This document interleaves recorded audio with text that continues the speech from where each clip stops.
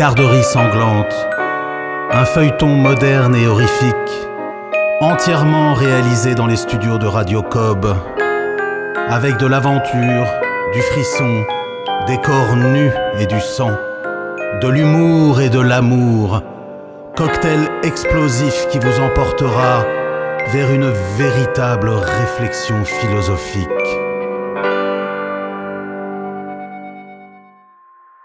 Somnolent derrière une écharpe angora de nuages, la lune cuivrée éclaire chichement les faits et gestes de 4 silhouettes mouvantes.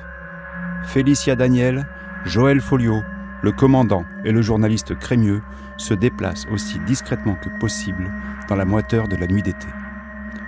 Le commandant ouvre la marche. Il semble connaître précisément les lieux.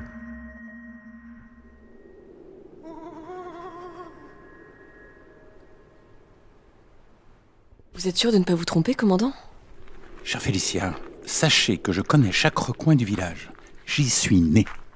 Bon, d'accord, ne vous vexez pas. Je me vexe pas. Bah si, un peu quand même.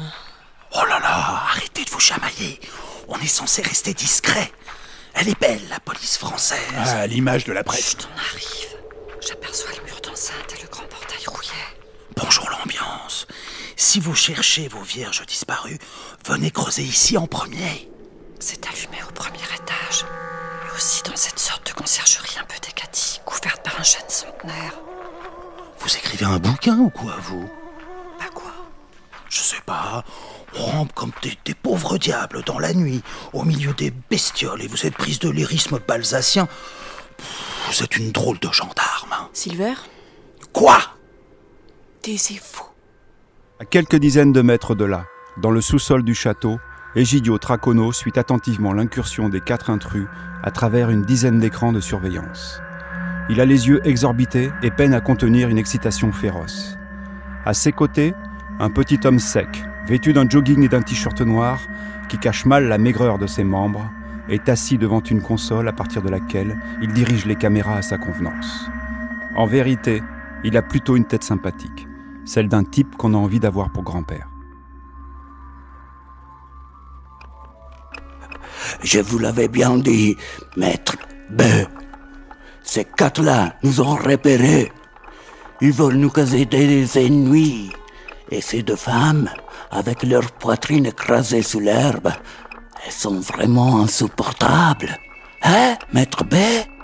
Egidio, tu es un idiot. Tu m'es indispensable. Mais tu restes un idiot. Je peux t'assurer que ces 4-là, aplatis comme des chiens guettant un mulot dans la nuit, sont incapables de nous créer le moindre ennui. Ils n'ont pas assez d'imagination. Ce sont de simples petits produits humains du XXIe siècle. De la friture à remettre à la flotte. Tout de même, maître B, si vous êtes entré dans le domaine, io spacco tutto, gli rompo il culo, giuro. Ah non, pour entrer ici, Egidio, il faut des couilles. Et à part la végane de la gendarmerie, un peu plus courageuse que les autres, ce sont des couards et des feignants. Quant à la poitrine de ces femmes, aie un peu de patience. Je te promets que tu pourras te rincer l'œil très bientôt. Je te préviendrai et tu pourras faire une promenade inoubliable. Le vieil homme regarde une dernière fois les écrans de contrôle et quitte la pièce par une porte basse au chambranle vermoulu. Son t-shirt est floqué dans le dos d'une fraise bleue et d'un texte faisant la promotion d'un festival célèbre et merveilleux se déroulant chaque année au village.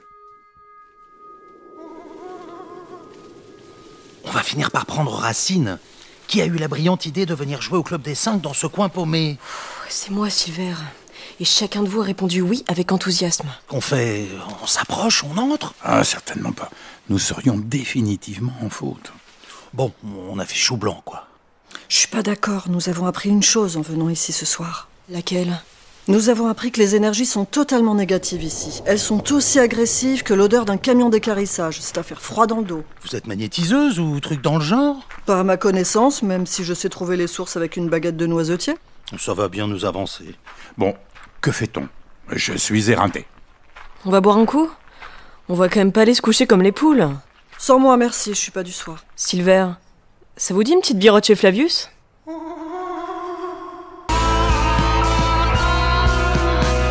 Que prépare Maître B pour alimenter les fantasmes d'Egidio?